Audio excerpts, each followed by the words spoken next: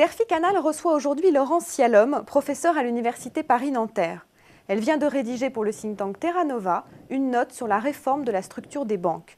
Une note en faveur d'une régulation ambitieuse pour se prémunir des effets systémiques, des conflits d'intérêts et des distorsions de concurrence. Une réforme qui, selon elle, ne doit pas porter atteinte aux capacités de prêt des banques commerciales. Laurence Cialhomme. Donc, depuis les années 90, les États ont laissé se développer des banques systémiques, des banques qui sont trop grosses, trop connectées, trop complexes pour que les États les laissent faire faillite. Ces banques sont souvent des banques universelles, c'est-à-dire qu'elles combinent de manière directe ou indirecte, via des filiales, des activités de banque de détail, de banque d'investissement, de financement et de gestion d'actifs. Ces mastodontes ont acquis un tel poids qu'ils n'ont plus à subir la sanction du marché qu'est la faillite. La France n'échappe pas à cet état de fait. Le total de bilan de BNP Paribas est approximativement le PIB français. Pour le Crédit Agricole, c'est environ 87% du PIB français. La Société Générale, 60% du PIB français. Les chiffres parlent d'eux-mêmes. Ces institutions financières sont d'évidence trop grosses pour faire faillite et la réforme bancaire, dont on parle beaucoup actuellement, est une partie de la solution. Pourquoi est-ce que ces banques systémiques posent un problème à la société ? Pour tout un tas de raisons. La première, c'est que ces institutions systémiques, en raison de la garantie implicite des États, créent plutôt un environnement permissif à des prises de risques excessives. Et cet environnement permissif à des prises de risques excessives, c'est ce qu'on appelle l'aléa moral. L'aléa moral, c'est quand vous bénéficiez d'une assurance, eh bien, vous avez tendance à moins vous autoprotéger contre les risques qui sont couverts. La deuxième raison, c'est que ces institutions systémiques créent des distorsions de concurrence par rapport aux banques qui ne sont pas systémiques. C'est-à-dire qu'elles se financent moins cher, à un niveau de risque donné, moins cher, plus massivement sur les marchés que ne le font les institutions non systémiques.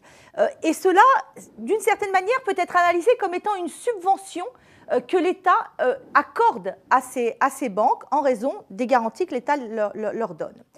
Cette distorsion de concurrence crée un effet pervers qui est que ces banques sont incitées à adopter des structures de financement qui sont plus dépendantes des financements de gros sur les marchés.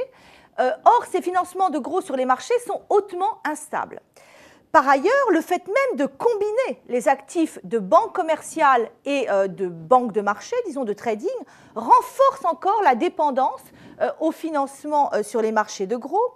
Dans une récente étude d'Alpha Value, ce cabinet a estimé que le fait de mixer ces deux activités multiplie par 5 les besoins de se financer sur les marchés de gros des grandes banques universelles françaises par rapport à ce qu'elles auraient besoin pour exercer leur activité de financement de l'économie réelle. Or, le problème, c'est que le risque de liquidité auquel elles sont exposées est un risque qui est d'emblée systémique, en raison de spirales d'illiquidité qui lient la liquidité de financement et la liquidité de marché. Autre argument massif, les banques systémiques ont une structure de financement qui est plus défavorable aux prêts et plus favorable au trading.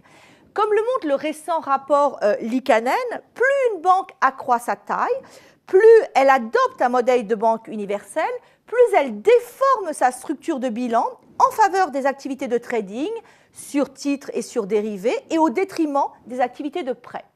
Si l'on estime que l'activité de prêt est une bonne approximation de la banque utile à la société, directement utile à la société, alors que certaines activités de trading, comme par exemple le trading pour compte propre, servent les activités de la banque pour elle-même, à ce moment-là, il est clair que le modèle de banque universelle n'est pas nécessairement le modèle à promouvoir du point de vue de l'intérêt collectif. Enfin, quand les banques deviennent tellement grosses qu'elles sont finalement, d'une certaine manière, une sorte d'approximation du marché lui-même, les expositions communes deviennent excessives et ce faisant, on a un système bancaire qui manque de diversité. On arrive là à une espèce de paradoxe, à savoir qu'on a une diversification excessive qui crée une homogénéisation des portefeuilles qui génère de la fragilité financière. Pour toutes ces raisons, il faut une réforme des structures de l'industrie bancaire et seule cette réforme est à la hauteur des défis posés par ces institutions. C'est d'ailleurs la conclusion à laquelle arrive le rapport Liikanen qui, espérons-le, inspirera une directive européenne. La question qui est centrale, c'est comment délier les mains des États. Comment faire pour que ceci ait une gamme élargie de réponses possibles face à des crises bancaires et que le contribuable ne soit plus systématiquement le sauveur des banques en dernier ressort. Et c'est là qu'il faut prendre la distinction entre activité bancaire utile à la société et vitale à la société pour établir la frontière de la séparation des activités.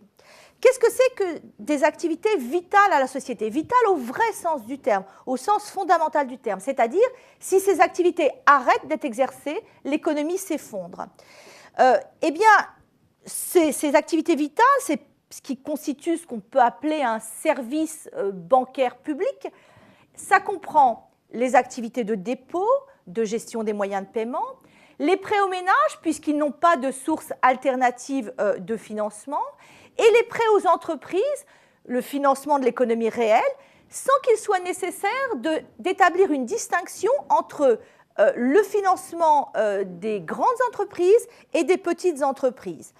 Pour tous les autres services bancaires qui peuvent être tout à fait utiles à la société, mais qui ne sont pas vitaux à la société, c'est-à-dire les activités de trading, la création de produits financiers complexes, la spéculation pour compte propre, les prêts pour achat de titres, enfin, toutes ces choses-là, ça ne doit pas bénéficier de la garantie publique. Seul le service bancaire public doit bénéficier de la garantie de l'État. En aucune manière, contrairement à ce qu'il est parfois entendu, il ne s'agit de tuer la banque de marché. Il s'agit simplement de supprimer la subvention que la collectivité lui accorde. Alors, il y a plusieurs solutions opérationnelles pour cette question des séparations. Il y a la séparation stricte sur le modèle du Glass-Steagall Act américain de 1933 aux États-Unis. Il y a différents types de cloisonnement. Le cloisonnement à la Vickers, qui consiste à sanctuariser la banque de détail, qui seule bénéficie de la garantie publique. Il y a le cantonnement ou le cloisonnement à la Liikanen, où là, ce sont plutôt les activités de trading sur titres et dérivés qui sont dans une filiale séparée, avec d'autres activités risquées, comme par exemple les prêts aux hedge funds ou l'activité même de market makers. Et ça, c'est plutôt la voie qui est choisie par le rapport Liikanen, donc pour l'Union européenne. Et puis, il y a une autre option qui, elle, est en réalité moins efficace, qui est la règle qui est choisie aux États-Unis, qu'on appelle la règle Volcker, qui est inclue dans le Dodd-Frank Act. Il s'agit là d'interdire certaines activités aux banques qui collectent les dépôts, comme par exemple les activités de trading pour compte propre. Donc ça, c'est moins efficace parce que c'est plus facilement contournable. Et c'est notamment moins efficace parce qu'il est très difficile de clairement définir les activités interdites et les activités permises. J'en prendrai pour preuve le fait que, par exemple, les pertes monstrueuses qui ont été générées pour JP Morgan par des activités de trading dans l'affaire dite de la baleine de Londres, eh bien, ces pertes qui sont estimées à 6 milliards de dollars et dont la presse américaine dit que ça pourrait s'élever à 9 milliards de dollars, elles étaient Volcker compatibles. Dernier argument, qui me semble un argument vraiment essentiel en faveur de la séparation, c'est que le projet d'union bancaire européenne, qui est une réponse institutionnelle très ambitieuse au cercle vicieux qui lie la solvabilité des États européens et la solvabilité des banques, eh bien, cette union bancaire européenne n'est pas politiquement acceptable sans séparation des activités. C'est quoi cette union bancaire européenne? C'est le fait de monter au niveau fédéral la question de la régulation et de supervision bancaire, de la garantie des dépôts et de la résolution des crises bancaires. Or, est-ce qu'on peut imaginer une mutualisation de la garantie des dépôts qui puisse se mettre en œuvre quand les pertes sont générées par des activités de trading? Est-ce que le contribuable français, vous, moi, accepterait de payer les déposants, d'indemniser les déposants de la Deutsche Bank en Allemagne, de Santander en Espagne, si les pertes sont générées par des activités de trading du type baleine de Londres ou fraude à la Kerviel, où on aurait juste ajouté un zéro? Évidemment non. Et c'est pour ça que la séparation des activités bancaires n'est pas seulement essentielle pour la stabilité financière, c'est également, à mon sens, un composant majeur du sauvetage de la zone euro par la création d'une union bancaire.